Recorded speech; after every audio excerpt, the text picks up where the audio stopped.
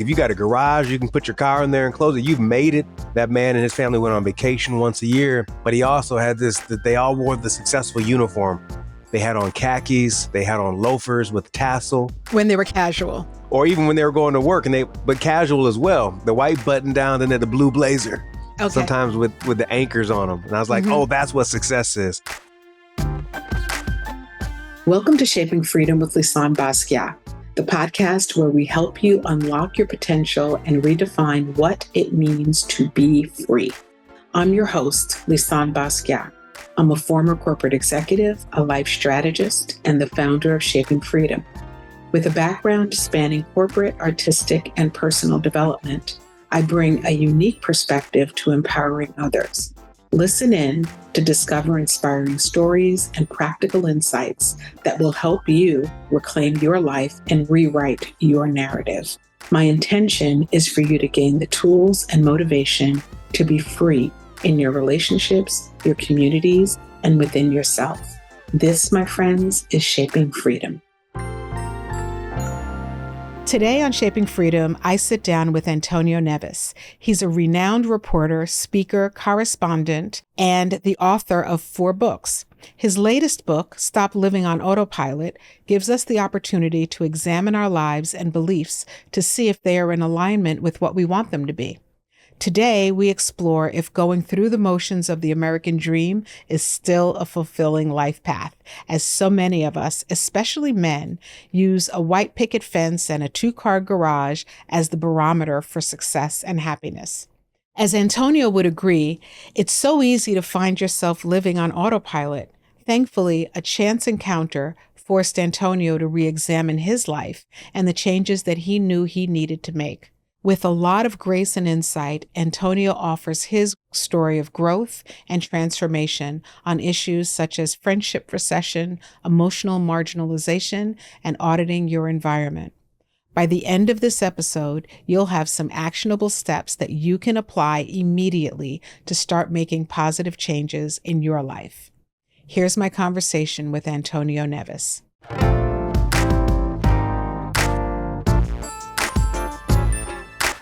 I was really happy to be able to have this conversation with you. I do have one question. You mentioned having lived in New York for some time. Tell me, where are you from? I'm born and raised in country Michigan, in the small. Okay. I was raised near a NASCAR racetrack in the state of Michigan. But this is why we're supposed to be talking today, because I lived in Burham Hill in Brooklyn. Oh, really? Right on Bond and Bond and Pacific. No, on Atlantic Avenue and Bond. It must have been the cross street. Atlantic and okay. Yeah. Okay. Those are my old stomping grounds. I grew up in that area. Yeah, I lived in New York for over 12 years, and I've been in Los Angeles now for 10 years. But that was okay. We have different chapters, and that was my TV chapter when I was a reporter and correspondent. Mm-hmm. And I've kind of transitioned chapters since being out in Los Angeles now for 10 years. Yeah, that's interesting. I actually speak in the language of chapters because I believe that this life that we're living is a series of chapters, right? And each one has a different kind of energy and feel and purpose and intention to it. What is, if you had to title this chapter of your life, the one that you're in right now, what would you title it? Ooh, you're not messing around with questions. What would I title the current? I'm not playing. It's Monday and I'm having conversations. Ooh. I'm woke. You are not playing. What is the title of the current chapter? I will say the title of the current chapter is Stepping Out of the Shadow. And so what I mean by that is the author, Steven Pressfield, he's written the books, Turning Pro, The War on Art. We can go through a whole litany of amazing books that he's written, but he says what a lot of people do in their lives sometimes is that they have shadow careers, meaning they'll have something that's a bit parallel that they want to do, but they're not fully shining their light, if you will. And so it's interesting that for the past 10 years, I've been a speaker. I've been the author of 4 different books. I'm on stages 40 plus 50 times a year, giving keynotes on leadership and development topics. And let's be clear, I enjoy that work. I love that work. I don't think today I'm necessarily speaking on the themes and the topics I'll be speaking on in 6 months or a year from now, getting back to, we talk about artistry, being willing to trust artists, being willing to trust your gut. I had this interesting moment not long ago where I was hanging out with a friend in Hollywood, and we could see the Hollywood sign in the distance. And I had this moment, this realization that I was like, I try to avoid the Hollywood sign as much as possible. I won't look at it. And another day, I found myself working in Culver City, and I was right across from the Sony lot. And what it did, it reminded me of what my dreams and ambitions were when I moved to New York City with the cliche story of less than $1,000 in my bank account and wanting to break into the television industry and create television shows and do all of this. I did break into the TV industry. I was very successful as a reporter and correspondent with major networks over the course of 12 years. I've been quote unquote successful the past 10 years as a speaker, writer, and author. And I've avoided that Hollywood sign. I've avoided seeing the studios because there still is that artist in me that craves that creation for the television. Wow. And so I've noticed how I kind of don't go over in certain neighborhoods and certain areas because it's so close. So I talk about, so I'm stepping out of those shadows. And if you look at my hard drive right now on my computer, I'm stepping back into a different kind of creativity. Good for you. Good for you. Thank you. So is the writing that you've done, and I know you've written, I think 4 books. So are those books stories that will be the premise for something that you bring to the screen, or are they separate? Are they like separate and apart from each other? The first 3 books that I wrote are really just career books focused on people supporting them in their careers, whether they're beginning their careers, whether they're coming out of college, etc. My latest book, which came out in 2021, Stop Living on Autopilot. That's the book right now that's in the process now of converting Stop Living into Autopilot into a fiction television project, and starting to make some inroads on that, which are extremely humbling, extremely exciting, and scary at the same time. So let me take a step back for a moment. So Antonio, where are you? Who are you? Wow. I've always said, if you want to make someone silence, make them be quiet. Tell them to introduce themselves without referencing their career or their profession. And 9 times out of 10, they won't have much to say because we put so much identity into our careers, how we earn an income. And if you asked me that question a few years back, I would have told you that I'm a world-renowned speaker and author of multiple books, and you can see me on X, Y, and Z. During my TV days, I would have told you that I was a correspondent with NBC or with PBS and the news, all the external kind of stuff. Today, when I introduce myself, I'm Al and Zani's son. I am Wow. Gigi's husband. I am August and Harper's dad. Like, those are the things that light me up today and how I identify. Of course, I have the career stuff and all those other things, but I'm Alan and Zani's son. I'm Mr. Neves. My dad just passed a couple of months ago. I'm sorry to hear that. Thank you. In his passing, a friend said something to me that really just stopped me in my tracks. They said, you're Mr. Neves now, right? Because my father had passed, and that hit me in a really, really good way. And I take a lot of responsibility with that. So I identify really personally with what's going on in my house. Again, Gigi's husband, August and Harper's dad. So your chapter is stepping out of the shadows. Yeah. That's a big one. It's a big one. It's funny because, as much as I've been a public facing guy my whole career, I've kind of hid in the light, if you will.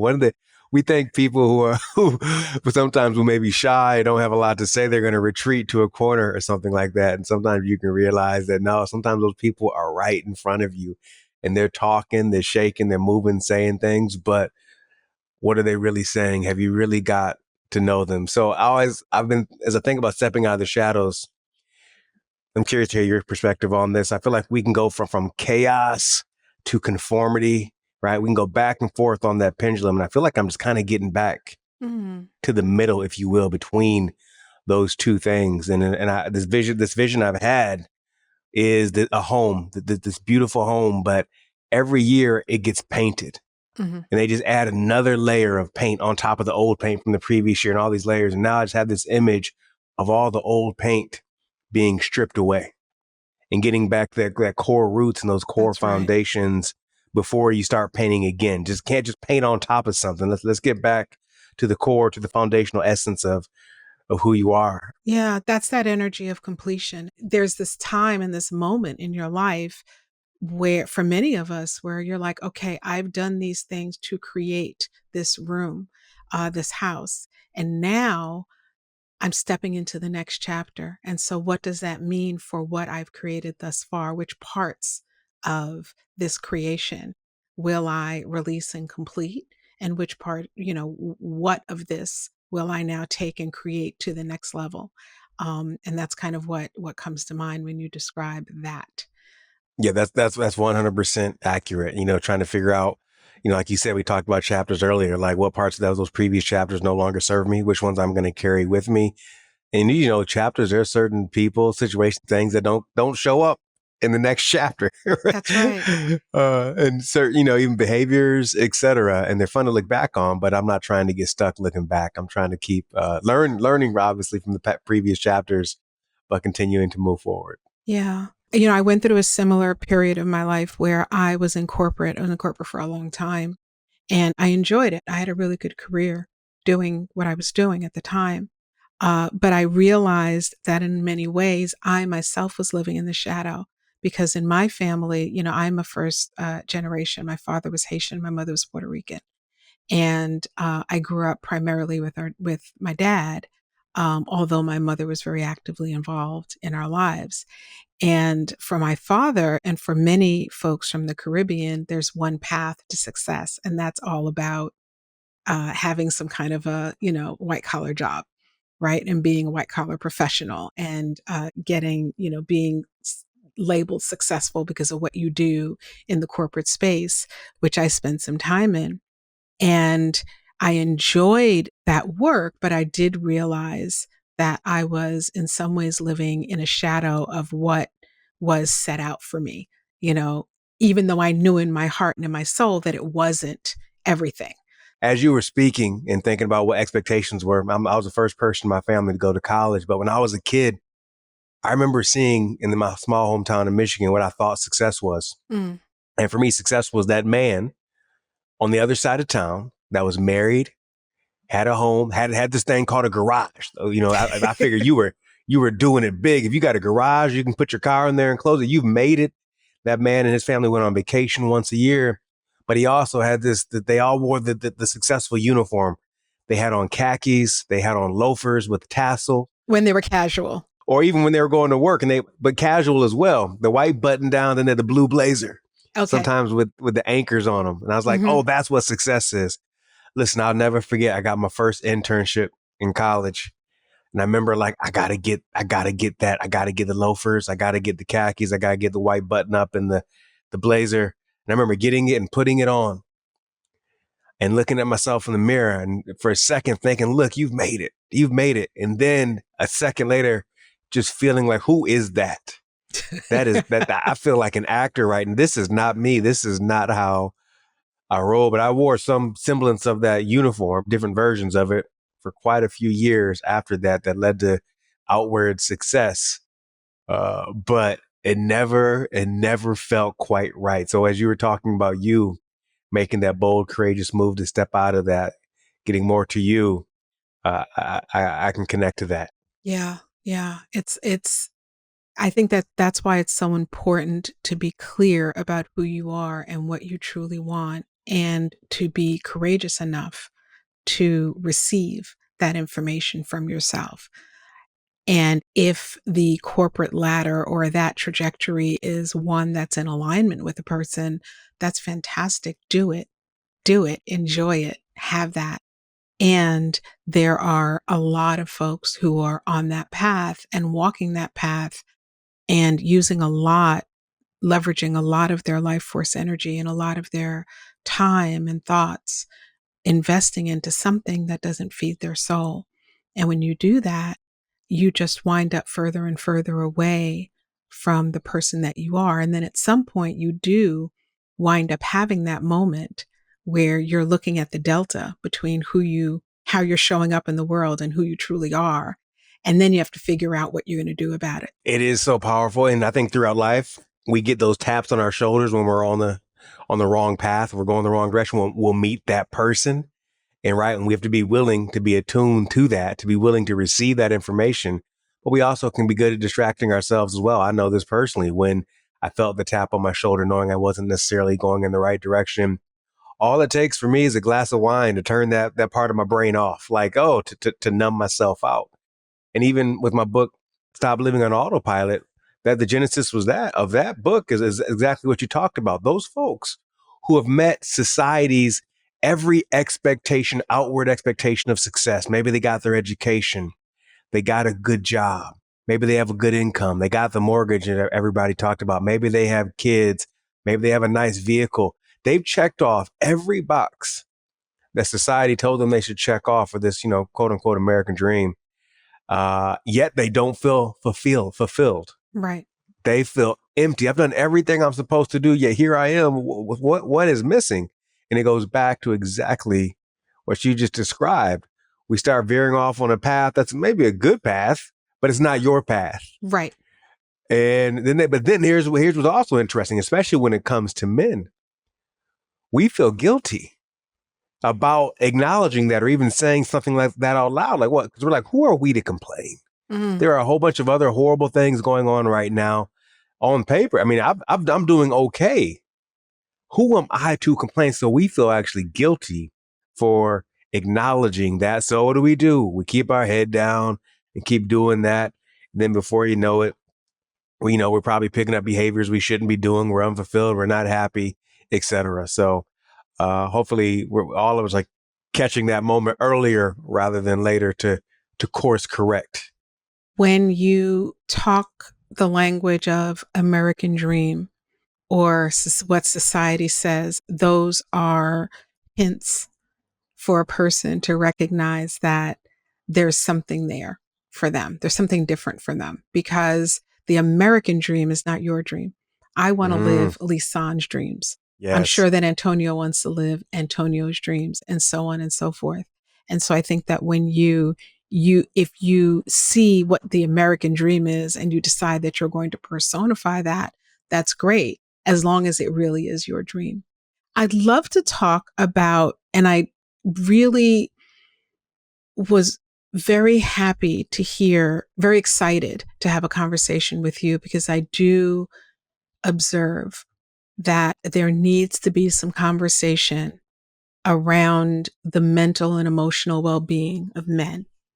Like what is going on there? I think from my observation as a woman and as a woman who was raised with a father as a primary caretaker who was very focused on, and even my brother, very focused on providing and making and doing those kind of things, even though they did it in different ways. There has not been a lot of attention put on men and on what's happening within the male body, mental, emotional, physical, spiritual body.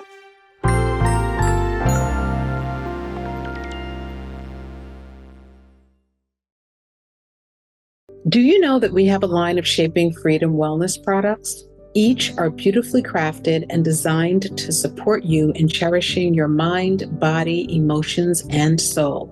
Carve out a sanctuary in your life with our Luxe sustainable yoga and meditation mats, essential oil candles, and more. Embrace self-care and reflection with every item, lovingly created to enhance your daily practice of spending time on you. Elevate your wellness journey with Shaping Sanctuary Collection because you deserve to feel balanced, nurtured, and inspired. Visit shapingsanctuary.com for more information.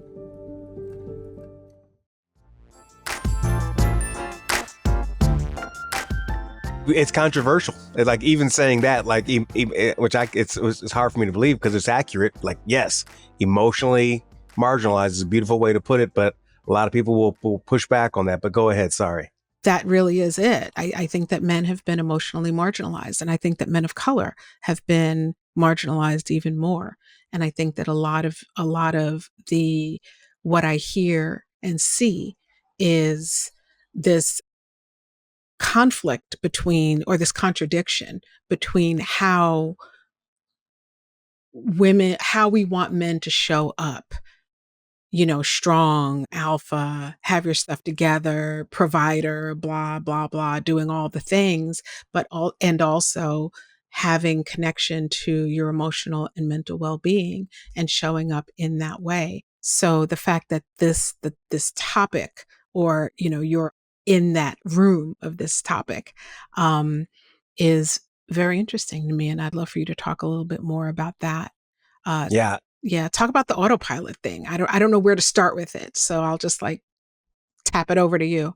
Let's start with the emotional marginalization. Those are two powerful words. A lot of men, are those something they would not say out loud in fear of backlash or people giving them a hard time? But so many men feel that way. Um, there's a lot of guilt surrounding men right now. It's something we touched on earlier.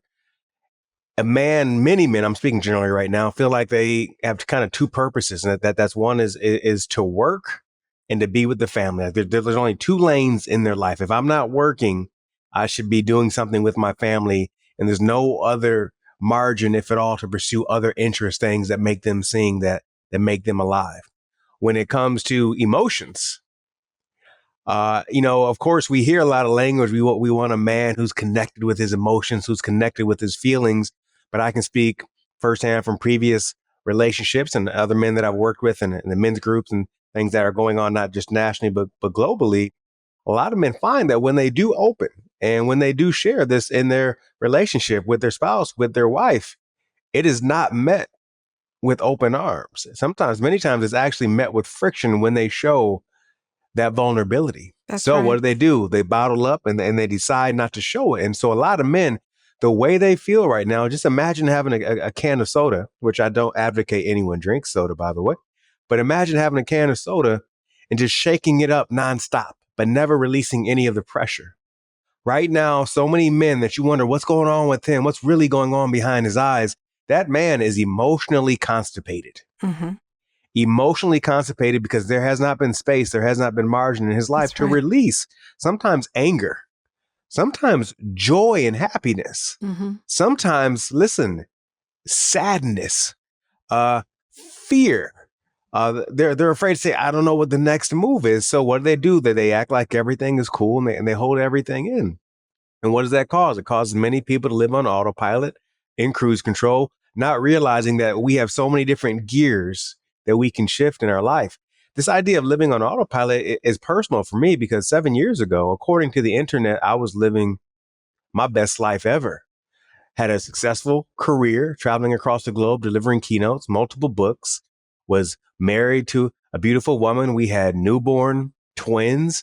Uh, you know, uh, Driving a minivan and got the house with the white picket fence, checking all those You could American just dream tie that boxes. up in a little bow and present Right. it as, look what you did. Look, but behind the scenes, even though I was quote unquote living that American dream, behind the scenes, my life was a hot mess. That marriage I'm telling you about, my wife and I were knee deep in marriage counseling, getting fired from marriage counselors, having not being raised by a father for the most part in my life. I was struggling to connect with my kids and what that meant to be a father. As much as the business was going good, I'd come from a corporate background, so I didn't know what it meant to be an entrepreneur. Mm-hmm. At a time when I wanted to connect with my dad to build a stronger relationship. He was diagnosed with dementia and can no longer walk, talk, feed himself, etc.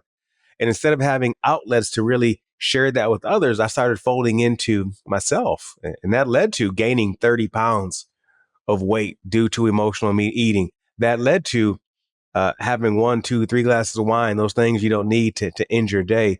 And it led to a secret cigarette smoking habit that I had. Just briefly, I'll never forget a day I was secretly smoking a cigarette in an alley in Santa Monica, California, and someone came up to me, someone that I perceived to be a man without a home, a homeless person, we may use that language, and he asked if he could borrow a cigarette. And I said, absolutely. We started smoking cigarettes and talking like cigarette smokers do. And then he noticed something. He's like, hey, why are you wearing that green glove on your hand? And he noticed that Oh, So the smell wouldn't be on your hand? I said, because my wife doesn't know that I smoke. Did she Listen, know though? she didn't. But let me tell you, that man looked at me. Again, according to the internet, I'm living my best life ever. And had seen much better days. He looked at me like I committed a crime. Mhm. And he said to me, hey, man, you need to figure that out. Wow. Think about that moment. For me, that was a moment. It was a reminder that sometimes angels can show up in the most unique places. We judge them That's though. right. It could be that person that stranger on the plane you're next to. It could be that person you're waiting in line with to get a cup of coffee. It can be that person that you perceive as not having a home, giving you some advice. And that was a moment that changed really the trajectory of my life, that I had to do something about that. And a key component of things shifting for me beyond some recommitting that I had to do in certain areas of my life and some better decision making in therapy, etc., was meeting every Thursday morning with a men's group. And we call it out here, we call it man morning, because we get together in the morning. And there was something so powerful about meeting at 7 a.m. for an hour long walk and talk with typically 6 to 8 guys. And unlike what we described earlier, it was that rare space where we could talk about what was really going on Mhm. in our lives, in our business, in our marriages, as a parent, etc. And you couldn't hide. Like these men, it was a coaching type of environment. It wasn't a place where people would call you out. They would call you up to Mm. be the best version of yourself. They weren't giving advice. They were asking follow-up questions. And so that was what a spark for me. And I found something really powerful. And that is that the conversations that you have at 7 a.m. over coffee or tea are very different than the conversations you have at 7 p.m. Right. over cocktails or beer. Right. I like the occasional spirit. I love the occasional glass of wine. I have no problem with that. But I found that the power of meeting in the morning with the men was such a game changer. And that was healing for me, because two of the most dangerous words that a man can say, and I'm sure you've heard this from family members, friends, etc., is how you doing? And what do we say? I'm fine. I'm fine. Lie. A big ass lie. You are just like in the movie Friday. You a lie, Craig. Like it's Yeah. a lie. But when in this weekly meeting with these men, they could hear me say I'm fine, and they'd say Tony, because that's what people would call it. They say Tony, we hear you say you're fine, but what's really going on based on last time? And there wasn't a place of judgment. And that group really was a key catalyst to helping me get back on track in my life. And it has been happening ever since. Through the pandemic, through all of that, we get together in person or virtually. And there's something about being able to look at someone, as you know, face to face, as opposed to on our phones, right? So, that man morning, that community has been a game changer for me to get in touch with my feelings and be able to say those things out loud that previously would go unsaid and just build up to that emotional constipation that I mentioned earlier. And I know I'm rambling, but the You're not reason why rambling. this is so important, thank you, so important for men is because we can look at the research, and it's been said that, people right now are experiencing a friendship recession. That's what has been coined. People are experiencing a friendship recession. And guess what? As you get older, as we get into our 30s, into the 40s, like I'm in right now and beyond, as you accumulate responsibilities, our friendships tend to go away. It's estimated that 1 in 7 men say they don't have a close friend. 1 in 7 men say they don't have a close friend. 50% of men say they aren't happy with their friendship circle. But everything leads to I'm fine.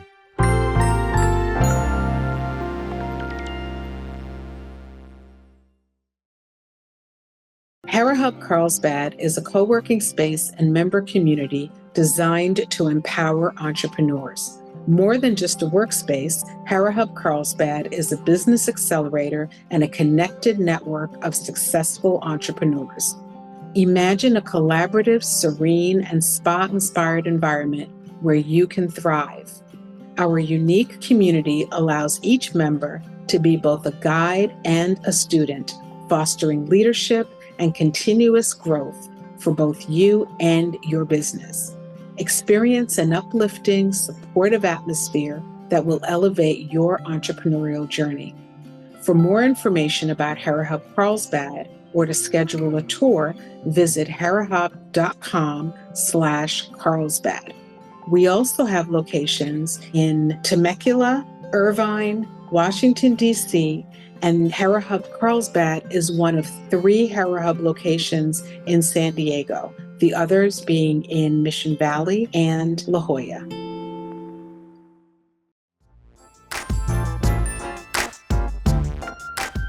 May I ask a question about that? Because I did see that, some of these topics and some of these stats, and the one about 1 in 7 men saying that they don't have a close friend. In your experience, are those men who seem as if they do? Those aren't necessarily men who are walking alone. No, these are not men who are walking alone. Those men who say they don't have a close friend, from a societal perspective, you think they're good because they're going to work every single day. They have coworkers, they have colleagues. But as you know, things have changed in society. We move a lot nowadays. We no longer are staying in the same place where we have our college buddies or our high school buddies, et cetera. So no, these are men that they may be married. They may have kids. They may be gainfully employed. But that person, that real person, they can sit across from and really share what's going on. That person doesn't exist. Now, can that person could simultaneously be texting with people and be busy and have some relationships, but when they sit there a close friend, that person that they're going to share what's really going on, that does not exist. And from mental health reasons, that's extremely alarming. We can look at the extreme statistics of suicides, and 80% of suicides are committed by men. And I think a lot of that is due. Real? Is that true? Yeah. Well, what's interesting? So over 80% of suicides are committed by men. Here's an interesting fact they never bring up, though, that the most suicide attempts are attempted by women.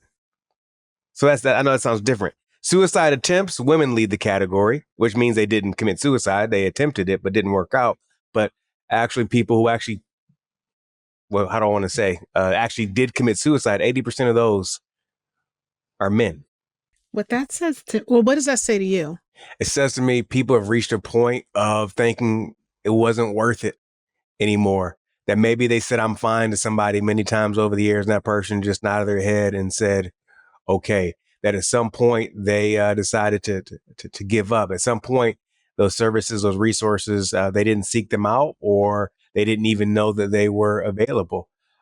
For me, I try to every single day think about someone that could benefit from hearing from me, and even like hearing my voice.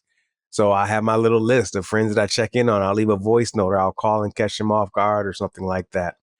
So for me, a lot of these folks have lost hope. Now, there's a lot of nuance in that number of 80%, and we can't break all that down today. Of course, there can be some mental health challenges that person is going through. There's so many different things. But for me, the fact that over 80% of men, that's the main number, that's heartbreaking. We need support. Yeah. And I say, let's not break it down. Let's just deal with the bottom line of it. And I think that what that says is, instead of using the soda example, let's use, maybe a teapot, right? It's in there. Boy, I don't know if you've ever tried to pour tea out right after it's boiled or right after the teapot's done. It's like, shouting thing that it does. It sputters all over the place because there's so much pressure built up in there that it can't just go pour into the cup. It winds up sputtering. And I think that there are so many men who are in this space of feeling unsafe when they're supposed to be the provider and the person who keeps people around them safe, or the women in their lives safe.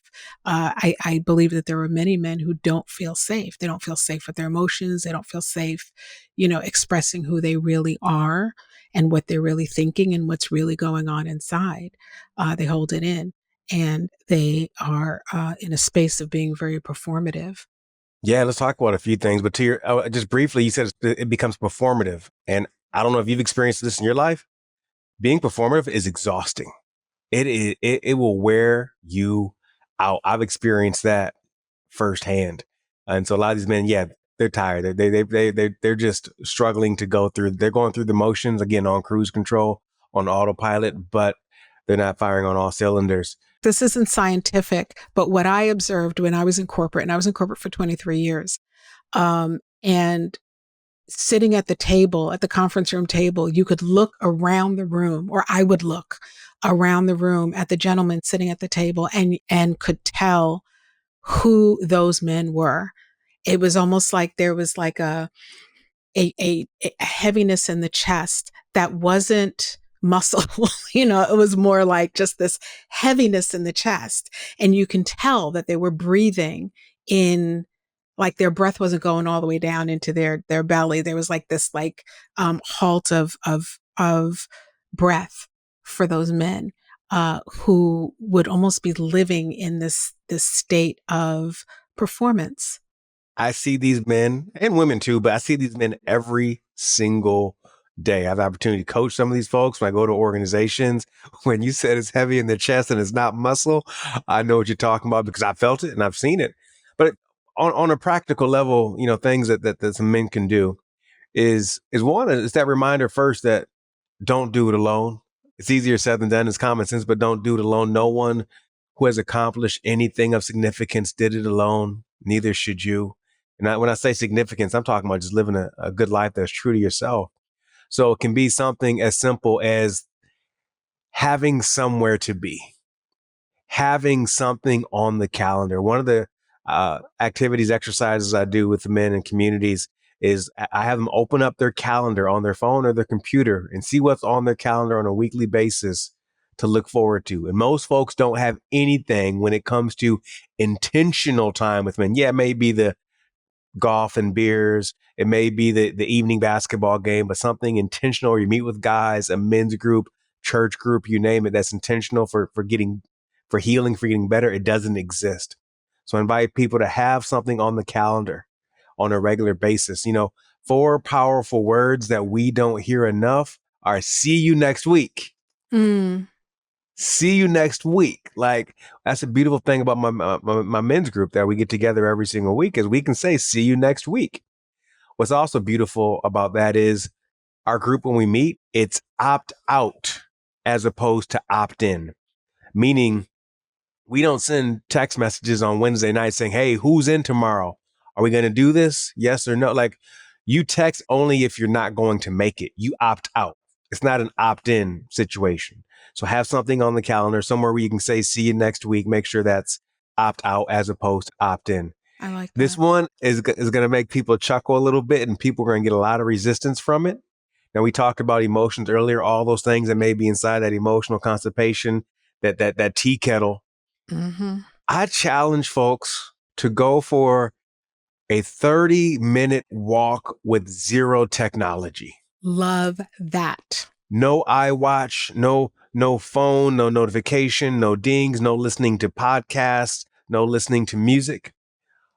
I give this assignment to people and they're like, why are you wasting my time with this 30-minute walk? And they will come back to me and hopefully they can do it in nature, somewhere where they're not going to be distracted. And they'll come back and say, that was one of the best and hardest things I ever did.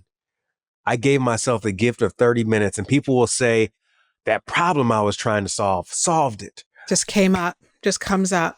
It just came up. Someone will say, I had to turn down a quiet road because I just started crying out of the blue. Just emotion welled up, that constipation. People say they had crazy laughter. They remembered certain memories from their childhood because they finally gave themselves some space to breathe, Right. to fully be present with nature, to hear their feet on the ground. So I want to warn people to be prepared to have an amazing breakthrough, maybe get ready for some tears to show up, maybe some anger is going to show up. But I promise you, you're going to be so happy you spent those 30 minutes. What I love about that is it gives you an opportunity to really hear yourself. And I think that that's what a lot of people are missing because we're moving so fast, and being able to be someplace with nothing but you and the earth around you gives you the opportunity to really hear what's going on and to allow that to present itself to you. I love that.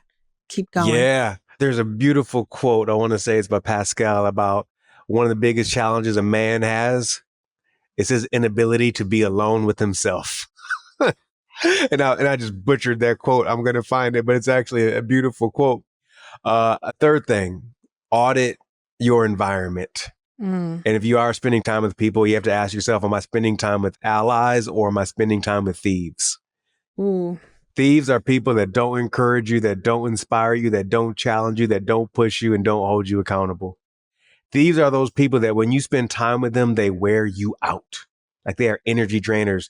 Thieves are those people that always have drama going on in their lives. I mean, we all know that person. You call them, you say, hey, what's up? How you doing? And the first thing they say is, you're not going to believe what just happened to me. Drama, drama, drama. Like, why are things always happening to What's going you on? Yeah. and no one else? It's like, Right. how does AT&T only mess your bill up every single month? Right. Right? Only you. Exactly. But we want to all make sure we're spending time with allies, the people that do encourage you, that do inspire you, challenge you, push you, and hold you accountable. These are the people that when you spend time with them, you're charged up. They don't wear you out. And that's how you know. That's how That's you how know. you know. Yeah. They don't have drama going on in their lives. They have great things going on in their lives. So audit, say, am I spending time with thieves or am I spending time with allies? How do you, if can I ask you a question about this? Yeah. So I know a lot of people, and I've, gone through a similar cleanse where you have people who you've known forever. So these are like, now for a guy, right? These are the guys that you were on the basketball court with and you knew them when you were young and you all have stayed in contact for decades sometimes, right? So what do you do when you look up and you, as a man, and you recognize that maybe you have a lot of thieves around you, but you've never intentionally created something else? What do you do then? Yeah, well, the tough news about this is I've had people come up to me after talk and they say, what do I do if my thieves are my closest friends or my thieves are even my spouse? Right. Right. Mm-hmm. Well, a tough well, one, just that awareness is key. Like just first step one, get that awareness. Two, you have to be willing to have a tough conversation. The beautiful thing is my experience. I don't know about you. Most tough conversations last 15 minutes or less. That's right. The hardest part is delaying them. If you're willing to have that conversation and instead of just calling someone out, hey, I don't like how you're showing up. I don't like what you're doing, which a lot of people do, unfortunately. And they call that boundary setting. No, you're calling someone out. You have the opportunity to call someone up and so you can say something to the tune of, let's say we're talking to our friend Jim. Like, hey, Jim, right now in my life, I'm really committed to a few things. One, I want to get in the best shape of my life. Two, I really want to spend time talking about positive things. And three, I really want to improve my marriage. There are some things that are really important to me. Those are three of them. I noticed that when we're spending time together, unfortunately, we're making some unhealthy habits when it comes to alcohol and food. We're speaking negatively and we're gossiping about certain things and something else. My hope is that we can actually make a shift together in our friendship. Would you be willing That's right. to take this shift with me that I'm trying to make? Because I'm really trying to make this the best season, the best chapter of my life. And so then when you put that responsibility on the other individual, they might surprise you and say, wow, I didn't realize we were doing that. Absolutely. I want the exact same thing. But get ready because you might get somebody who says, oh, you think you special now. Exactly.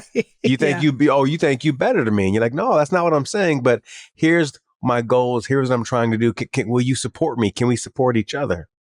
And sometimes that can lead to, finding a new ally and the energy shifting in a friendship or a relationship, or it may lead to a chapter or a season of a friendship coming to an end because it may not be in your best interest. But again, that means being willing to look eye to eye with that person, whether it's a friend, a spouse, someone, and having that tough moment, but you'll be thankful for it, even though it may be challenging while you're doing it. And I've had a few of those. And I've also had people have the same conversation with me. And sometimes I wasn't even aware of how I was showing up.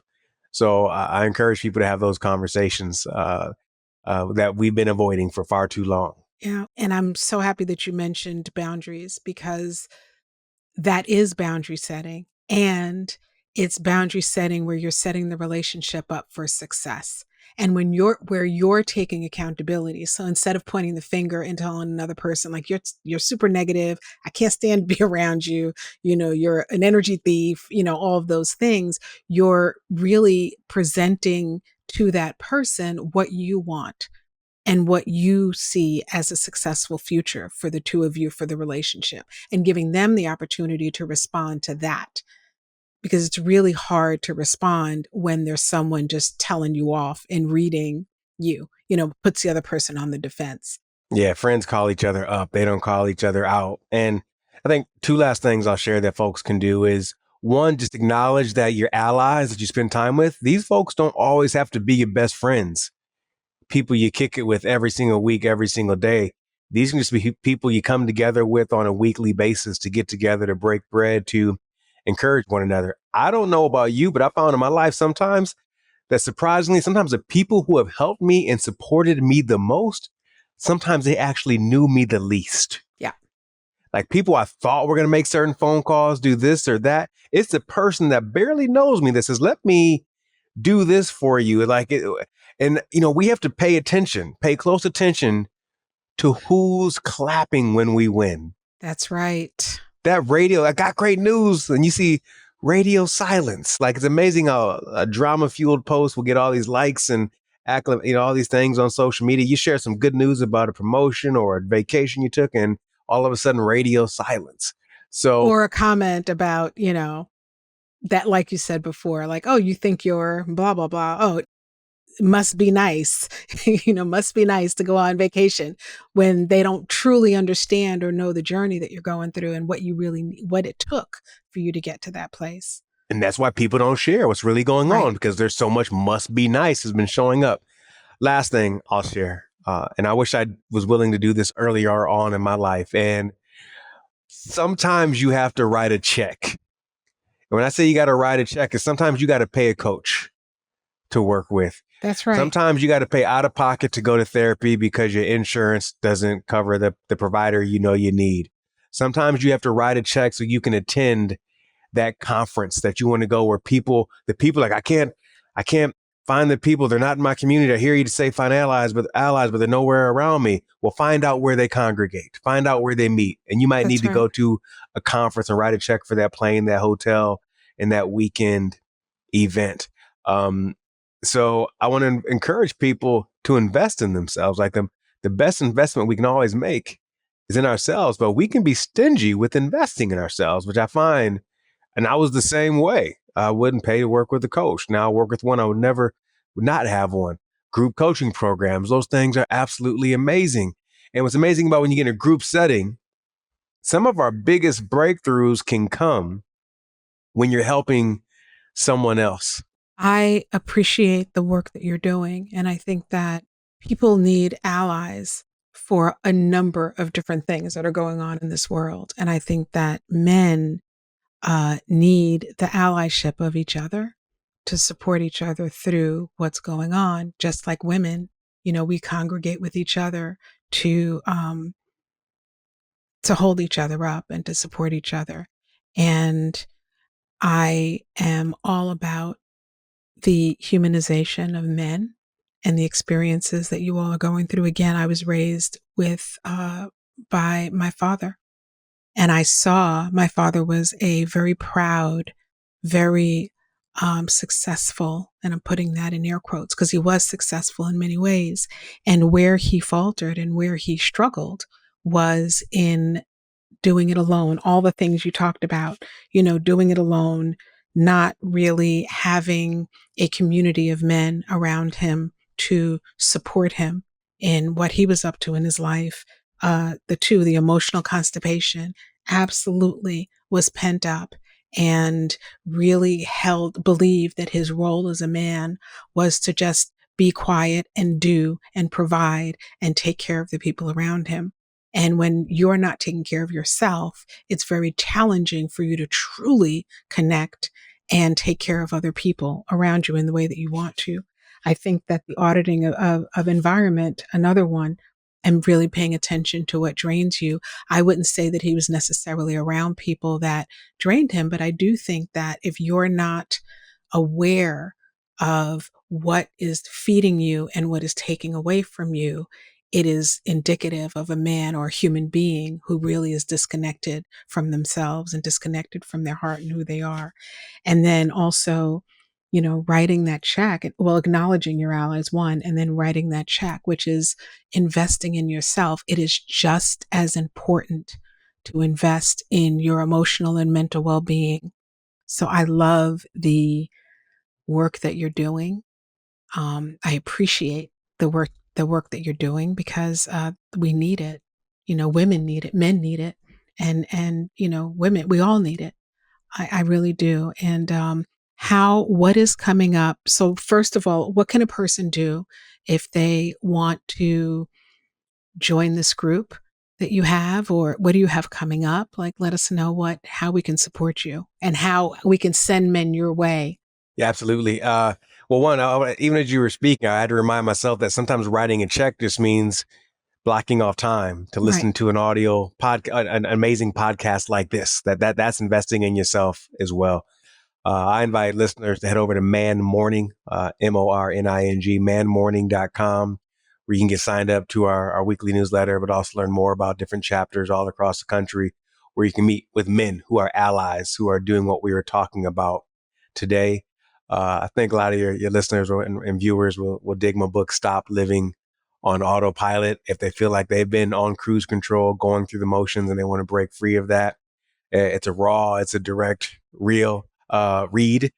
So I think folks will enjoy that. And everything me, you can find at theantonioneves.com. So manmorning.com, stop living on autopilot, and theantonioneves.com. I gave you too much.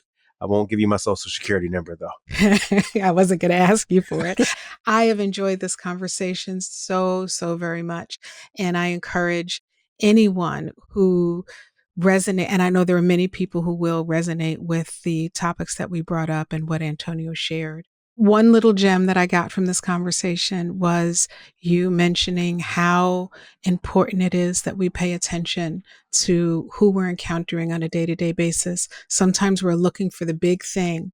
We're looking for like God to come out of the sky and stand in front of us and to be all aglow and to, hit us on the forehead with a rod. And those moments show up in the most random of places. It's at the grocery store. It's someone smiling at you. It's someone letting you take a parking spot. And so I think the more we can be connected and attuned to what's happening on a day-to-day basis, the more we can hear that wisdom that we're looking for. I agree with you. You said that perfectly. Yeah. Well, thank you. Thank you so much. Thank you.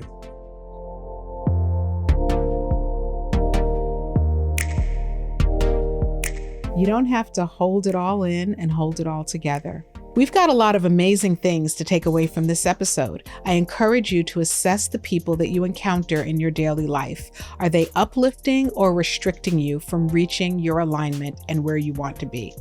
Be sure to check out Antonio's book, Stop Living on Autopilot. It may be the inspiration you need to get out of your rut and to move forward with that powerful, passionate, and creative energy. Thank you, friends, for tuning in to the Shaping Freedom with Lisanne Basquiat podcast. I'm grateful and so happy you are here. Please be sure to like, share, and tell someone about the Shaping Freedom with Lisanne Basquiat podcast.